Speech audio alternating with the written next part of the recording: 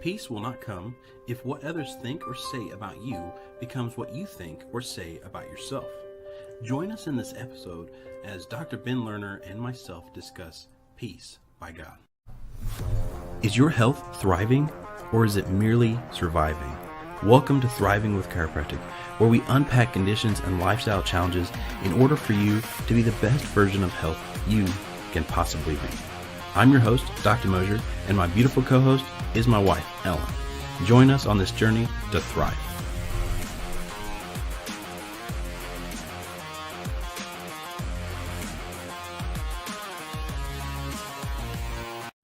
Well, hey folks, Dr. Moser here, and I am so excited for this interview. I have been reading this book called Body by God. Now, if you can recognize, over here, the young man in this picture, you wrote this book literally 20-something years ago. Is that correct? Yes, I used a quill and some parchment back then and rode my horse to the library to write it by candlelight. And that's so funny, but it's still relevant. And the reason why you're talking about exercise heavily in the book, you talk about nutrition heavily in the book, but there's this section called Peace by God. And that's what I really want to dive into with you, because you have 10 instructions, and with your 10 instructions, you bring in biblical truth to that. There's two that I really want to talk about, and I want to ask you about, if that's okay. The first being instruction number 3, thou shalt be acceptanceless. Where did this come from? Well, what's interesting is this was written before social media. So these are perfect. As I read through them in preparation for the show today, these are perfect in a postmodern, current social media atmosphere, because of the fact that now it's all about, has my video or my picture or my post been accepted online, and that will have this intensive impact on how I'm feeling about myself. It impacts my social sense of social worth or self-esteem. It's really gotten bad now. So this book is probably necessary to be, maybe I need to rewrite it in 2022. But the idea of being acceptance-less is that you're not living your life based on being accepted by people. So one of the scriptures I use here is where Jesus said, I don't accept praise from men, because he knows their hearts, he knows their nature and how fleeting acceptance would be. So it's a really empty life, and we're leading that a lot as we lead it online, to be looking for people to accept you, to feel good or bad or indifferent about yourself. I can completely relate. So we just recently announced that we're having our 3rd child. And when I posted this on social media, it blew up. I have like 300 and something likes. I'm like, oh, people like me. But my chiropractic posts, they get 1 or 2 likes. And so I'm looking at that going, and it's like a dopamine response of, oh, I feel good about myself. And we do this comparison game of, do they like me? Do they not like me? I think you could definitely rewrite the book and it also be a best-selling book again. I mean, your point is actually perfect in that here you are when you're posting your chiropractic material, your inspirational material. I love your stuff, and I often am probably the 1 or 2 people that like what you wrote. And thank you. And you're welcome. Just because I love you, but it's actually really good stuff. So what's more important? You see, people will post a lot of fluff, pictures of their omelet in the morning, or their whatever they're doing in the beach, or just to get likes. They're putting some of their personal tragedies out there just because everybody feels obligated to hit like or make a comment, versus what God's called us to do. The whole idea of being acceptanceless is that I've got a purpose, I'm an assignment, there's something God's called me to do, to encourage, to inspire, and heal the people and the nations. That's what I should be focused on, and my sense of self-worth and satisfaction should come in God, knowing I'm doing what he's called me to do and I'm fulfilling an important purpose, versus fishing around for what somebody's going to click like about. Yeah, that is so true. And often, we could say our pain is a platform for our purpose. Going through a struggle, whatever it may be. We all have different struggles. We all have different stories. Our stories matter. Excuse me. And so we can be a minister or a ministry to someone else. So it's pretty powerful. Moser Family Chiropractic provides comprehensive care and massage therapy for the entire family. From migraines and sports-related injuries to prenatal and elderly massage, Moser offers the best in recuperative and preventative care. Call today or visit us online. I want to jump over to the next one, if that's all right. Resultless. So when I was working with the Olympic team for many years, I can still remember my very first time walking into the Olympic Training Center, and in massive letters on the wall, it says it's better to be 1-20 than 0-0. So a lot of people don't engage. They don't make the attempt. They don't go for it in life because they're afraid of the result. So the idea here is to be result-less. The point of life is to go for it. There's a lot of fear when it comes to getting off the bench, getting in the game and going for it. But one thing about fear is fear never wrote a New York Times best-selling book. I remember being fearful about starting the writing process for many years and, overwhelmed with all that was involved and how hard it must be to write a 300-page book and try to get it published and try to get it out there. So fear held me back for 5 years. And so I always say fear never wrote a New York Times best-selling book. Fear never asked out the girl of its dreams. Fear never started a new business or ministry. Fear never manufactured a brand new product. So we don't want to think about the results, because when we think about the results, we tend to think about negative consequences. I like something Michael Jordan said in his book, that I never thought about the consequences. So he always took the last shot, and he's famous for all these great last shots he made where he won the game. What people haven't counted is the amount of times he took the last shot and missed it. But he said, I never think about what happens if I miss. He thinks, what happens if I make it? And that's somebody that's being result-less. Just go for it and let the results take care of themselves. That is so powerful. What if I make it? Because we've been friends for a while, that there was a point where I almost gave up on being a chiropractor. I graduated, I got the diploma. I was really excited. I was like, woo, we're going to save the world. And then I started comparing myself, just like what you're talking about with the social media and the acceptance as well. And I was going to give up on being a chiropractor. I was just like, oh, I'm just going to quit. I'm going to go work in a factory somewhere. But I had this opportunity to start a practice in small town Indiana. And it's like, well, what if I make it? What if I make a difference in somebody's life? And the same thing with this podcast is like, what if somebody actually listens to me? and it's continued to grow. And so for those that are watching this, it's like, there's something God's calling you to. What if you make it? So I absolutely love this book. This book is as old as some of my staff members. Thanks. I appreciate that. Sorry. One thing I want to be clear, I was 5 years old when I wrote it. Yes. But it's still applicable. I would, I'll put a link to the book. You can get it off of Amazon. I would highly recommend getting the book. Dr. Ben and I could spend literally 10 hours together discussing the book and still not cover a fraction of the depth that's in it. So please read it.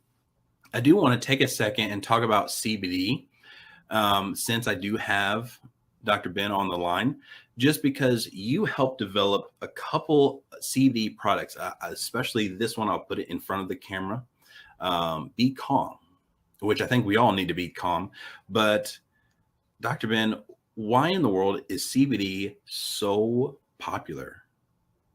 Yeah, so the name is great because it is about being calm. One of the things that we're learning in this post-COVID era, or, I guess there's still some of it going around, but our post-intense fear of COVID and lockdowns and all the other craziness is that the anxiety is a close bedfellow of depression. And if you stay uncalm and anxious and hyped up for long enough, it leads to psychological disorders.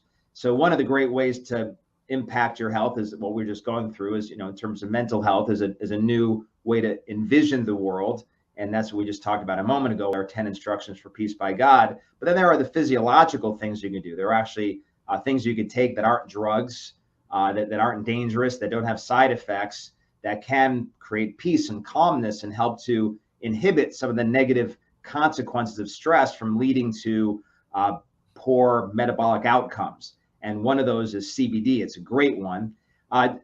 Probably I still get some of this, less now than say 5 years ago, is, well, isn't that marijuana? Isn't there THC in there? And so what you got to realize is that THC is the psychoactive element within hemp that makes people, think about somebody who's stoned, somebody getting high. But when you talk about a legal CBD product that, we sell in our clinics, there's less than 0.3% THC. So there's no psychoactive impact of the THC that's in this particular product. It's not something that's going to show up on a blood test. I mean, theoretically, if you were pounding that BCOM for 6 straight months and you went through a dozen bottles of it, you could find THC on a test. And all you'd have to do is simply say, I've been taking this legal non-THC product, so you could show them that you're not out back smoking pot every day. So CBD, your body has an endocannabinoid system, and there are these endocannabinoid receptors that exist all throughout the nervous system.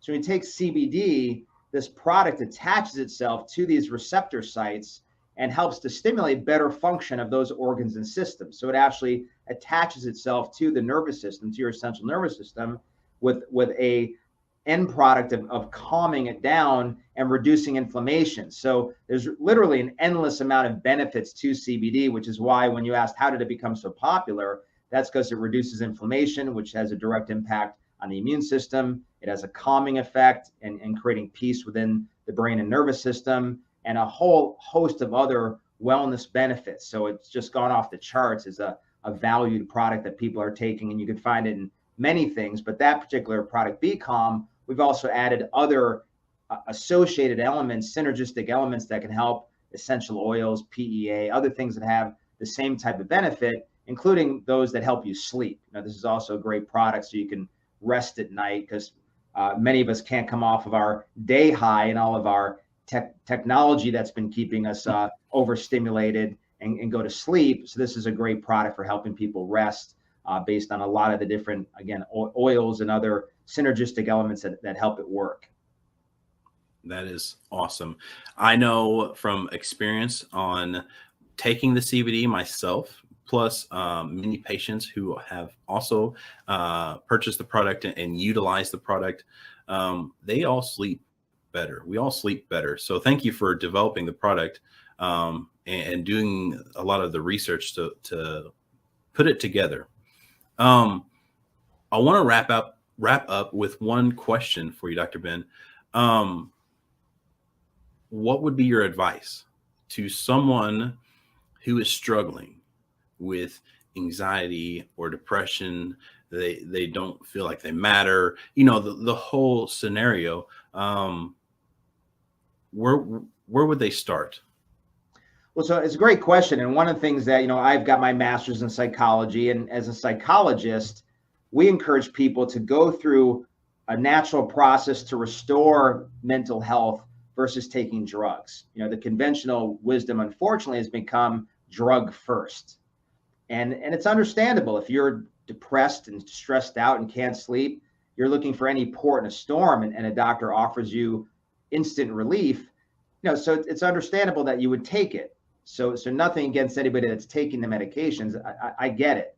However, clearly the healthiest path is to look for solutions to restore mental health, rebalance metabolic functions, have a different way of working through challenges in your life, gaining resilience so that you can have peace that you create all on your own. And the challenges, and this is actually the challenge I would have against the drugs, is that mostly these are complex issues. So just some simple solution like take a drug is a dangerous way to address a complex problem. So anything from nutrition. So many high-level institutions, Oxford, Harvard, Yale, have done an enormous amount of study on the impact of omega-3 fatty acids. We're all generally omega-3 fatty acid deficient, and this has a negative impact on the brain and on psychological function. So they've done a lot of study on just taking higher doses of omega-3s to help how you're feeling. There's counseling, getting a life coach or working with an actual psychologist and having somebody who's a professional talk you through the process. There is all this, just what you and I covered today. There's just reframing the way you look at the world and think through things. So there's somebody who may have just heard, acceptance list, that makes a lot of sense. And they're going to stop looking at Facebook. They're going to stop watching everybody's highlight reel on Facebook and going, man, Mary's got such a better life than I. Meanwhile, Mary's depressed in the middle of a divorce, but she only shows you pictures of her in Hawaii that from her vacation from 10 years ago. And so you're judging your life according to Mary, and Mary's miserable. So we could just change not only the way we see life, but shut the news off, shut social media off, cut off the things that we're doing where we are negatively drip feeding something toxic mentally into our bloodstream day in and day out. So there's a lot of levels from the nutrition, products like CBD, talking through this, reframing the way you think, and then exercise. Studies have been done, again, high-level institutions like Duke showed a study that exercise is radically more impactful on depression than any SSRI that's out there. So there's a lot of possibilities here. And finally, and really the most important one, is chiropractic. Once again, pallets of research shows that when you get a chiropractic adjustment, that it has an incredibly positive impact on the limbic system, the prefrontal cortex, and how those two integrate so that you're able to manage emotions appropriately so that you are in control of the joy in your life and not just a victim of your circumstances. That is so awesome. I know when I could be having a bad day, and if I do a workout, and if it just happens to be one of my either Wednesday or Friday mornings when I play basketball, I play a little rougher. I probably foul a little bit more, but that's because I'm short and a little slow, but I'm a little strong, so I can just shove. I play a little football style basketball, but it definitely helps center myself when exercise. And there's so many patients that I see, and Dr. Ben, you see as well, that it's like, well, doc, you didn't really get rid of my stressors, but I can handle them better. What are you doing to me? And just how you describe that with the limbic system is absolutely phenomenal. And I believe we are making a difference. And I hope people that are watching, they know that their story matters and that you too can make a difference in whatever you do. Yep. So, Jesus and chiropractic, you're well on your way. yes. Well, Dr. Ben, thank you so much for joining me on this show. And folks, thank you for watching. And remember, you're awesome. And I'll see you next time on Thriving with Chiropractic. Thank you for joining. We truly hope Thriving with Chiropractic is making a positive impact on your health and wellness. Please comment and share this episode. We would love to hear from you. And as always, remember, your